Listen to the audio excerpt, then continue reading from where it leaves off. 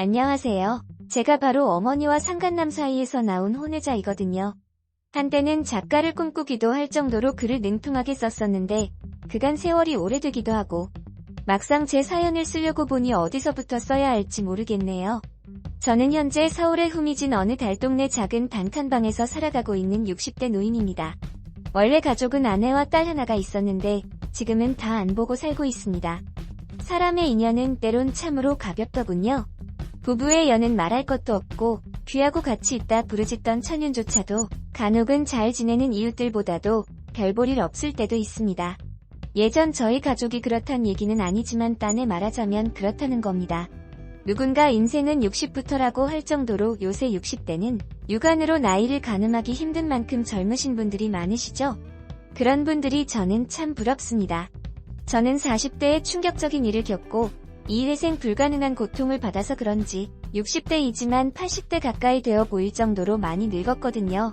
세월의 흔적인 주름은 그 사람이 어떤 삶을 살았다고 알려준다는데 거울을 보자면 전 스스로가 부끄럽고 흉측하기 이를 데 없어 가끔 모습에 치가 떨리기도 합니다.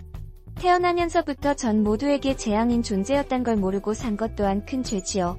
모든 건 제 부정한 어미로부터 시작이 되었습니다. 어미 역시 제대로 맘먹고 드러내자면 제 인생만큼 역겹긴 마찬가지겠지요. 저는 어렸을 적 외아들로 부모님과 화목하게 살았다고 생각했습니다. 저희 아버지가 출판사 사장으로 근무했던 덕분에 전 책을 가까이서 접할 기회가 많아 자연스럽게 책과 가까이 지내게 되었고 글 쓰는 것도 좋아해서 일찌감치 진로를 결정했습니다. 제게 꿈을 심어줬던 아버지는 다정다감한 성격인 반면 어머니는 오히려 무뚝뚝하고 감정 표현을 잘 안 하시는 분이셨어요. 사근사근한 성격이 아니라서 어렸을 적부터 친엄마임에도 불구하고 벽이 있었습니다. 친구처럼 친하게 지냈던 아빠와는 달리 엄마와는 뜨뜻미지근한 관계로 지내었고 아버지는 그런 엄마와 저를 친하게 지내게 하려 했지만 제가 엄마를 닮았는지 둘 다 성격이 비슷해서 항상 평행선을 유지했어요. 그러던 중 중학교 2학년 때인가 머리가 굵어지려 할 무렵 저는 친구네 집에서 놀다 오던 밤 그 밤에 엄마와 오래전부터 저희 집에 드나들었던 아빠의 지인 후배가 여관에서 나오는 것을 발견했습니다. 믿을 수가 없더군요. 맨날 집에서는 굳은 얼굴만 하고 있던 엄마가 그 남자랑은 히덕거리며 갖은 교태와 아양을 떨고서 제가 여태 못 본 모습으로 즐거워하고 있었습니다. 그 파렴치한 놈은 독신으로 어쩜 큰과 짝이 그리도 잘 맞던지 심장이 무너져 내리는 것 같더라고요. 엄마가 다른 남자와 외도하는 모습을 목격하는 그 억장이 무너지는 심정은 차마 당해보지 않은 절대로 모를 것입니다. 가끔 휴일날 엄마가 새빨간 거짓말로 아빠를 속이며 나가는 게 보였지만 제가 할 수 있는 일이라곤 없었습니다. 그렇지만 이러다 진짜 아빠가 상처받을까 싶어 하루는 용기를 내어 외할머니 일을 돕는다는 핑계를 대며 외출하는 엄마를 붙잡고선 통사정을 해보았어요. 엄마, 나가지 않으면 안 돼? 오늘 아빠랑 같이 외식하자. 아니면 어디 가까운 데라도 바람 쐬러 가자. 내가 외할머니한테는 엄마 못 간다고 연락할 테니까 같이 있자 우리. 응. 하지만 엄마는 절 딱한 눈빛으로 한참을 보다가 어깨를 토닥이고는 미안하다며 꼭 가봐야 한다고 기어이 나서더라고요. 외할머니 일을 돕는다면서 유난히 이 새빨간 입술에 뾰족 구두를 신고 나갔던 엄마였네요.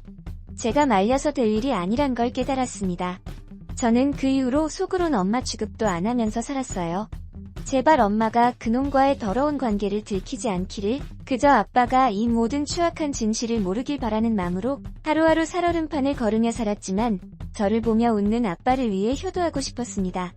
철이 빨리 들어 공부도 악착같이 더 열심히 했고 아빠가 기뻐하는 일이라면 다 해주고 싶었습니다.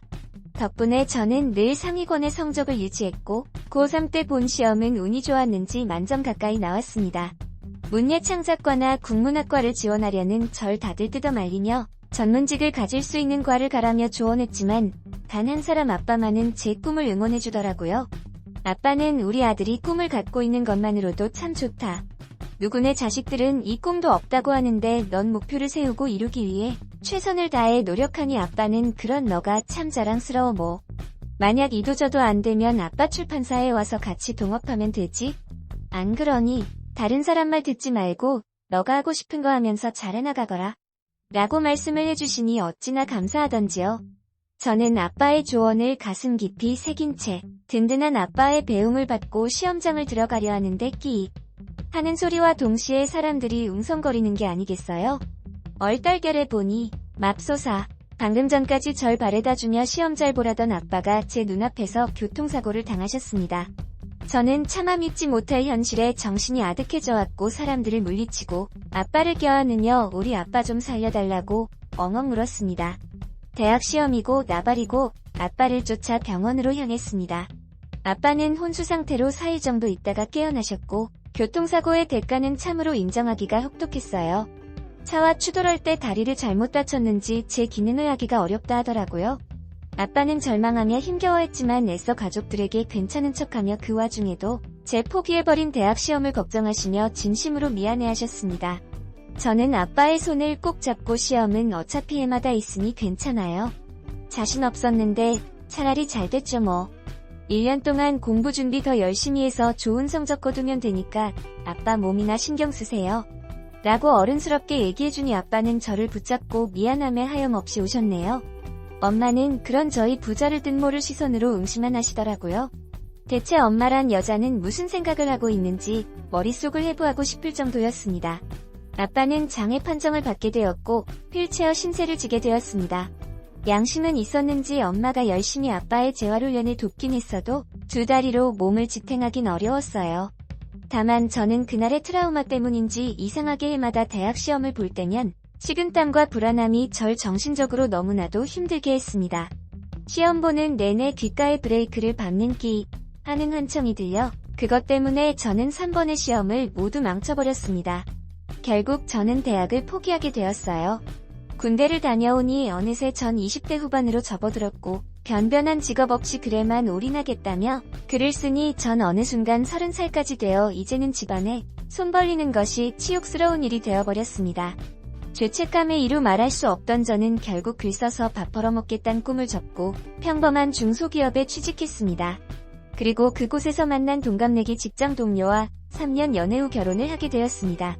아내는 늦은 나이 때문에 아이를 빨리 가지려고 노력했지만 번번이 습관성 유산을 하게 돼버려 결국 직장을 그만두고 아이를 기다렸습니다. 아내는 회사를 그만둔 지 5년 만에 임신이 되었고 10달 후 예쁜 딸을 보게 되었어요. 허나 기쁨이 채 가시지도 전에 저희에게는 또 다른 비극이 찾아왔습니다. 저희 아버지께서 당시 높은 지대에 있는 단독주택에 살고 계셨는데 아빠는 혼자 휠체어를 끌고 나왔다가 비탈길의 속도를 이기지 못하고 사고가 일어나 60대 중후반, 이른 나이에 저 세상으로 떠나고야 말았네요. 아빠의 묘 앞에서 얼마나 울었는지 모릅니다. 하지만 엄마는 독하게도 사람 갈 때 되었으니 간 것뿐이라며 눈물 한 방울 흘리지 않은 채 묵묵하게 장례식을 진행했고 손님들을 맞았습니다. 속으론 아무리 딴 맘을 품고 있을지언정 겉으로나마 상중 찾아온 손님 생각해서라도 슬픈 척하는 성의 정도는 보였음 좋았을 걸 온갖 정남이가 떨어지더군요. 심지어 처갓집에서도 엄마의 이런 태도에 대해 의아하게 생각했는데 이런 뒷말들을 듣게 하는 것도 저는 너무나 짜증이 났습니다. 그러다가 상간남이 두꺼운 낯짝으로 조문객으로 찾아왔는데 우리 가정의 모든 비극이 저치로부터 시작된 것 같아 가만두고 싶지 않더군요. 엄마도 그놈도 멱살 잡고 한바탕 하고 싶은 거 간신히 참고 버티고 있는데 또 둘이 나가대요. 얼마나 절절한지 그 새를 못 참고 사람 시선을 피해 뒷구녕으로 만남을 가지는데 어떻게 사람으로서 배우자의 장례식에서까지 저럴 수가 있는지 엄마는 사람도 아니었습니다. 다 늙어서 무슨 추태인 건지 도저히 참을 수가 없더군요. 눈이 뒤집힌 저는 더러운 그것들을 끝내줄 요량으로 단단히만 비집고 뒤쫓아갔는데 태훈이에게 내가 사실 친아버지란 거 정말 평생 감추며 살 거야? 이젠 그 남자도 저 세상 갔으니 알아도 되지 않아? 순간 제 귀를 의심했습니다. 친아버지라뇨? 제 친아버지는 지금 장례식장에서 고인이 되신 분인데 제게 또 다른 친아버지가 있단 말입니까? 세상에 이게 무슨 소리던가요? 부들부들 몸이 떨려오는 제 귓가에 엄마의 음성이 이어 들렸습니다. 자기가 태훈이한테 친부라는 걸 밝히고 싶은 심정은 알겠지만 벌써 태훈이 나이 40인데 이제 와서 밝히면 뭐하겠어. 그냥 난 태훈이가 저 세상 간 그 사람이 자기 애비라고 알고 살았으면 좋겠어. 나한텐 악마 같은 짓을 했지만 그 사람이 태훈이한테 정을 많이 줬어야지. 물론 그 사람도 자기 자식이 아닌 걸 몰라서 잘해줬겠지만 라고 얘기를 했습니다. 분명 더러운 짓거리를 한 건 그것들인데 제가 마치 불륜을 들킨 것 마냥 심장이 두근거리더라고요. 저는 예기치 못하게 그들의 공범이 되어 있었습니다. 사실 진짜 더러운 존재는 저였습니다. 저는 그들의 더러운 불륜의 씨앗이었고 제가 그토록 지켜주고 싶었던 아버지를 농락한 용서받지 못할 존재가 되었습니다. 털썩 자리에 주저앉는 소리가 들렸던지 깜짝 놀란 그들은 넋이 나가 있는 절 발견했고 모든 충격적인 사실을 들은 절 보고는 둘 다 어쩔 줄 몰라 하더이다. 고통스러움에 목이 메어 숨을 쉬기가 힘든 와중에 왜 이렇게 눈물이 쏟아지던지 흘러내린 정확한 눈물의 의미조차 모른 채 저는 한참 동안이다 땅에서 뒹굴며 통곡했습니다. 아버지 장례식에선 눈물 한 방울 흘리지 않던 엄마가 그런 제 모습을 보고 덩달아 눈물을 떨어뜨리더라고요. 미안해 태훈아. 이런 식으로 알게 하고 싶진 않았는데. 사실 내 아버지는 아무 소리 하지 마. 엄마는 어떻게 이렇게 한결같이 잔인할 수가 있어? 엄마는 악마야. 절대로 용서받지 못할 끔찍한 사람이라고. 나 엄마 죽어도 용서 못해. 이젠 우린 끝났어. 다신 보지 말아요. 이 지긋지긋한 악연 모두 다 끝내자고요. 라고 하자 엄마는 입술을 깨물고는 억울한 듯 재경변했습니다. 잔인한 건 네 아버지. 아니 그 사람이야. 내가 평생 어떻게 살아왔는 줄 알아? 살면서 일이 잘못되면 모든 원망을 나한테 쏟으면서 내 피를 말린 사람이야. 그 사람이 이혼해달라고 해도 죽도록 안 해주고 차마 말하기도 버거운 심한 말들로 날 아프게 하고 옆에서 감시하고 의심하면서 내 인생 지옥으로 만든 사람이라고. 사고 이후로 몸 편해진 후 회사판 돈으로 사기당하고 말아먹고 재산이며 뭐며 다 없애버린 후 뒷감당은 나한테 지우고. 그래서 내가 지금 보험일까지 하면서 이 나이 되도록 네 애비 빚에 허덕이고 있는데 이 정도면 네 아빠가 나한테 충분히 벌 주고 있는 거 아니니? 저는 모든 할 말을 잃고 그냥 뒤돌아섰습니다. 저 따위 말을 지금 변명이라고 하는 건가요? 저더러 이해하라고 하는 겁니까? 아버지 장례식에도 제 존재 자체가 불순하고 죄스러워 차마 들릴 수가 없었어요. 멀리서나마 아버지 가는 길을 지켜보고서 무릎을 꿇어. 비록 자격 없는 저이지만 아버지에 대한 마지막 예를 마쳤습니다. 아니나 다를까 아빠 돌아가신 후 3개월 좀 넘어서 엄마는 상간남이랑 살림을 합쳤습니다.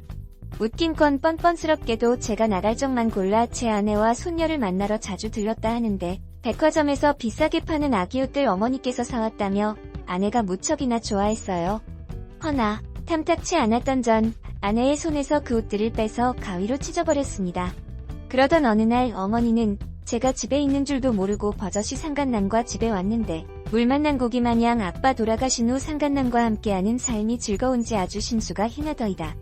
아내는 어머니께서 우리를 위해 준비해준 거라며 받은 돈 봉투를 내밀고는 딴에는 시어머니와 절 화해시킨답시고 노력했지만 전 보란듯 아내의 손에 돈 봉투를 빼서 딱지 내리꽂듯 내팽개쳤네요. 그 모습을 본 상간남 나부랭이가 서류를 하나 내밀고 꼴값을 떨며 말하더군요. 나돈이 전에 아버지처럼 내 꿈을 이루게 해주기 위해 노력하고 싶다. 습작한 것들을 보니 그래도 꽤 재능이 있는 편 같은데. 아비 노릇하는 게 아니라 너의 재능을 봐서 내가 책을 내주고 싶어 라고 짓거리는데 책이고 뭐고 그냥 꺼지라고 했습니다. 아내에게는 모든 것을 다 털어놓고 저는 그들하고 의절을 하고자 했어요. 하지만 아내는 도무지 제가 이해가 안 된다는 듯 그간 그들이 쳐놓은 공작에 걸려서 그랬는지 어머니와의 천륜을 배반한 저만을 탓했습니다. 사실상 당신을 잘 키워주신 분이긴 하지만 엄연히 따지면 돌아가신 아버님과는 아무 혈연 관계가 없잖아. 그것 때문에 왜 진짜 천륜 관계인 친어머니를 끌어내려고 하는데. 친아버지 친어머니 이제 다 만났는데 화합해서 행복하게 살 날만 남은 거 아냐? 돌아가신 아버지 집에서 당신 이런 맘 알아주기라도 해서 뭐 한 푼이라도 도움 준대. 내가 그간 말을 안 해서 그렇지 어머님 아버님 덕분에 얼마나 도움 많이 받았는 줄 알아? 힘든 와중에서도 자식들 살라고 도움 주시는 걸 보면 진짜 가족을 못 알아보겠어? 라며 가족의 정의에 대해서 늘어놓는데 저는 일단 아내가 그런 맘을 갖고 있었다는 것과 이제껏 저 몰래 그 파렴치한 것들에게 돈을 받아 생활비로 보탰었다는 것에 분노한 저는 아내와 크게 한바탕하고 집을 나와버렸습니다. 저는 그렇게 생각해요. 오직 천륜이라는 관계 하나로만 본다면 제가 그들에게 한 짓은 죄가 되어 마땅합니다. 짐승보다도 못한 죄를 저질렀지만 어쨌거나 그들은 제 친부모니까요. 하지만 전 저를 키워주시고 사랑으로 길러주신 아버지의 정이 자꾸만 생각나서 저를 향한 그 큰 사랑이 떠올라 그 마음을 은혜를 묻히게 하고 싶지 않습니다. 천륜보다 더 큰 것은 은혜라고 생각하니까요. 아내도 저도 잘못한 것이 없고 서로 의견이 맞질 않은 건 어찌 보면 당연한 거지만 저는 더 이상 아내 얼굴을 보기가 힘들더군요. 그리고 더 정확한 이유를 들자면 여자를 믿을 수 없다는 게 제 결론입니다.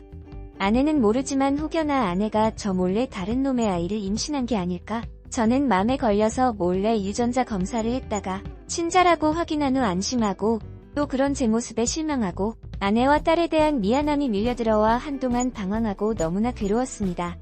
아내에 대한 의처증 증세도 보이려 하고 아내의 모든 말과 행동이 너무나 의심이 들면서 살았는데 정신이 들어보니 아내가 제발 그만하라며 울고 있더라고요. 전 견디질 못하고 아내와 딸을 떠나버렸고 결국 이혼하게 되었습니다. 어머니의 부정한 짓에 대한 나비 효과는 결과적으로 제 가정을 잃게 만들었고 가족에 대한 신뢰를 잃게 만들어버렸습니다. 전 혼자가 되어버려서 60이 넘은 이제껏 힘들게 막노동 일하면서 단칸방에서 외롭게 생활하고 있네요.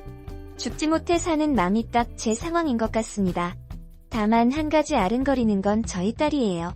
우리 딸도 이제 대학생이 되었을 텐데 그 아이가 많이 보고 싶어요. 아내도 재혼해서 가정이 있고 그 아이는 아내의 남편에게 아버지라고 부르며 잘 살 텐데 딸에게 혼란을 주고 싶지